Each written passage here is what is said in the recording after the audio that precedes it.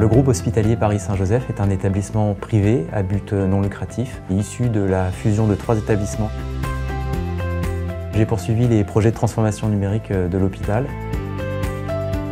Le projet phare de l'hôpital, c'était le projet Zéro Papier, qui a associé 3 briques principales, le déploiement du dossier patient informatisé, la dématérialisation en masse et la reconnaissance vocale interfacée avec ce dossier patient informatisé. Près de 350 médecins utilisent quotidiennement l'outil. C'est parfaitement intégré dans leur pratique. Ils produisent des comptes rendus en temps et en heure et chaque patient de l'hôpital sort avec son compte rendu en consultation ou en hospitalisation. On est déjà sur de très bons taux au niveau de la lettre de liaison puisqu'on remet systématiquement en main propre le courrier d'hospitalisation au patient qui sort de chez nous. Nous travaillons actuellement pour encore améliorer le taux d'envoi à J0 de ces lettres de liaison qui est autour de 80%.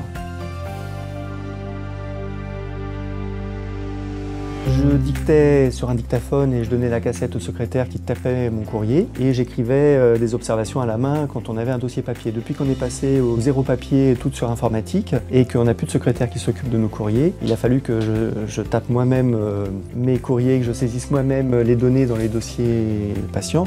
Je tape malheureusement pas très bien et juste avec 2 doigts, donc ça me fait gagner un temps appréciable. Il y a eu une modification du métier des secrétaires. Le métier d'assistante médicale a recentré les activités des secrétaires sur le patient. C'est-à-dire qu'ils ne font plus de frappe, ils s'occupent de la prise de rendez-vous, de l'organisation du parcours du patient, de la facturation. C'est un nouveau métier. L'accompagnement des utilisateurs depuis 2015 consiste à les former rapidement, à leur mettre à disposition des tutoriels d'utilisation afin qu'ils puissent bénéficier de l'ensemble des fonctionnalités que offre Dragon Medical. Nous sommes très proches des équipes et nous les accompagnons sur terrain, c'est-à-dire en consultation au bloc pour vraiment recueillir leurs besoins.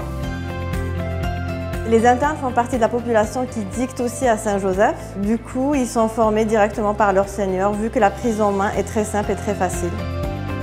Il y a d'autres catégories professionnelles dans l'hôpital qui utilisent la reconnaissance vocale. Je pense notamment aux psychologues, aux infirmières au niveau des urgences et plus récemment au personnel du laboratoire d'anatomie pathologique qui utilisent la reconnaissance vocale à l'aide de casques et de pédaliers pour pouvoir continuer à maniper au niveau de leur paillasse.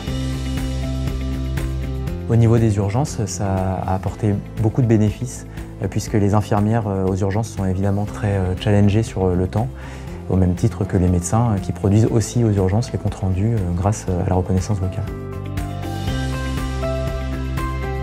Maintenant que Dragon Medical Direct est très utilisé dans l'hôpital, on est en train d'introduire de nouveaux usages. Les médecins sont très demandeurs de mobilité et pouvoir travailler avec des smartphones par exemple. Notamment grâce à la solution PowerMic Mobile qui a été déployée au niveau de la néonate. Et les pédiatres de néonate nous font un retour extrêmement positif de cette solution puisqu'ils arrivent à dicter directement sur des smartphones leurs comptes rendus ou leurs annotations et ils le font directement dans la salle de naissance. Quel que soit l'environnement, qu'il soit bruyant ou pas, qu'on a un accent ou pas, ça fonctionne. En fait, il suffit juste de dicter naturellement comme on parle tous les jours. On a assez peu de maintenance à faire puisque la solution est extrêmement stable. L'installation se fait automatiquement sur nos postes de travail. La dernière enquête de satisfaction sur Dragon Medical Direct a révélé que plus de 80% des médecins ne se passeraient plus de la reconnaissance vocale. Donc bilan très positif.